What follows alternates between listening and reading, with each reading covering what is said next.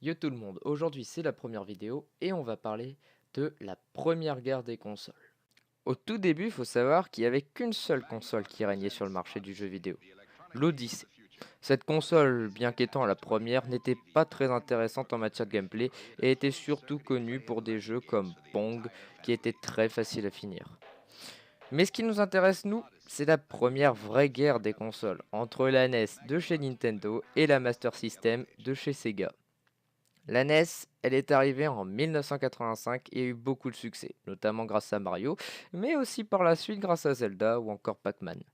La Master System de l'industrie Sega s'est implantée aussi en 1985, mais n'est arrivée qu'en 1986 en Europe où elle a eu un franc succès. Pourtant équipée d'un système informatique supérieur à celui de la NES, la Master System échouera contre la concurrence, telle que bien sûr Nintendo, qui avait déjà séduit le marché japonais et américain. Pourtant, la Master System venait de lancer une icône qui fera de l'ombre à Mario pendant un certain temps, mais l'on en reparlera plus tard. Les deux géants du jeu vidéo alors se lancent dans une vraie guerre économique, l'un contre l'autre, le hérisson contre le plombier, et font naître la quatrième génération qui opposera la Mega Drive et la Super Nintendo.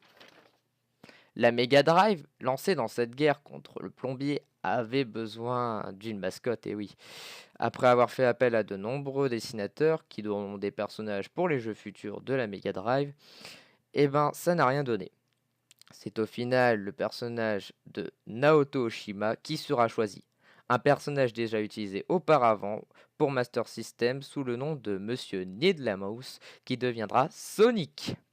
Mais la Mega Drive aura aussi beaucoup de licences très cool comme les jeux Disney, Micro Machines, Street Fighter 2 ou encore Batman et Robin.